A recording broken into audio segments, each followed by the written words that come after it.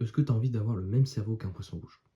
Alors, je pense que ta réponse, ça sera sûrement non, parce qu'on a souvent ce genre de connaissances sur le cerveau des poissons rouges qui est, bah, ils ont qu'une mémoire de 2 secondes. Mais, le cerveau d'un poisson rouge, il a une capacité que la plupart des humains n'ont pas, qui est de se vider l'esprit.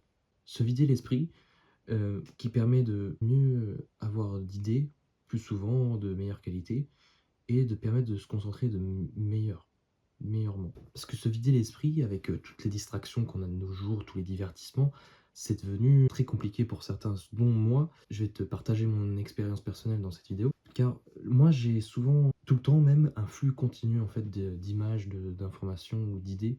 Enfin, pas d'idées forcément, je veux pas me la péter, mais une espèce de flux d'informations tout le temps, même quand j'essaye de méditer, quand j'essaye de me couper un peu de tout, de penser à rien, c'est insupportable et ça me permet pas de me concentrer, d'être aussi efficace que je le voudrais des fois. Mais alors, comment, permettre à son esprit de faire une vidange, je pourrais dire, de se vider, de décompresser? Alors, j'ai essayé de me vider l'esprit, de méditer. Moi, je pense comprendre que la manière la plus efficace pour se vider l'esprit, c'est la manière suivante. C'est en fait, faut voir un peu comme ça, comme de la musculation. Il y a, l'intensité et il y a le volume. Le volume, ça va être par exemple, le nombre de minutes que tu tiens en méditation sans réfléchir à rien d'autre que ta respiration. L'intensité, ça va être, à quel point tu vas être concentré. Parce que, admettons un poisson rouge, tu vois, lui, forcément de la part de la taille de son cerveau, et la puissance de son cerveau, bah, il va pas pouvoir être, 100 actif. Donc vraiment, il a un vide qui est vraiment intersidéral dans son cerveau. Alors qu'un humain, tu vois, lui, c'est un peu plus compliqué que de tout éteindre, de tout, concentrer des parties de son cerveau dans un truc qui est de se vider. Et c'est vraiment compliqué juste de pas penser à autre chose pendant 30 secondes. C'est vraiment quelque chose qui, même, enfin, quelque chose, pas penser à autre chose pendant 30 secondes, je veux dire par là que, admettons, tu fais une méditation, tu sens quand même, quand tu respires, heu, pas uniquement ta respiration, tu sens aussi tous les muscles qui s'actionnent pour respirer. Tu sens aussi, le contact de ta peau au sol où tu t'assois. En fait, tu ressens et du coup, tu as quand même plusieurs choses, en fait, qui sont dans ta tête. Alors que tu as pas d'idées qui se créent, tu pas de flux d'informations, constant.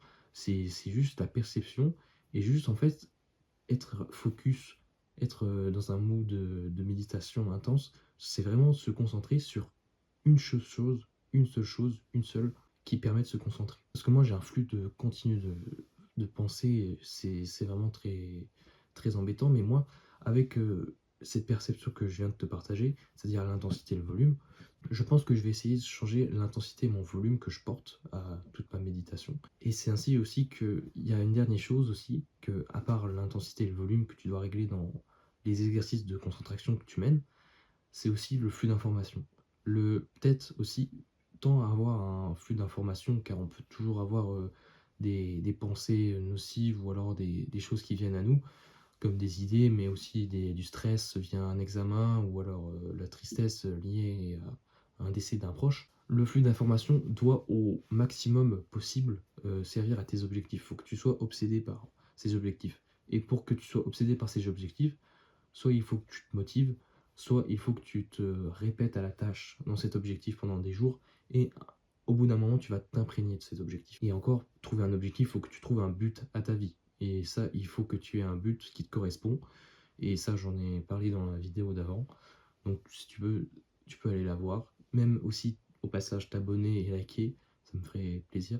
Déjà, dans un tout premier temps, déjà, il faudrait que tu trouves un but qui puisse stimuler ta vie et ainsi mettre de l'ordre dans ta tête comme tu mettrais de l'ordre sur un bureau. Bref, moi je vais te souhaiter bonne nuit hein, et tu sais ce qui serait à se faire.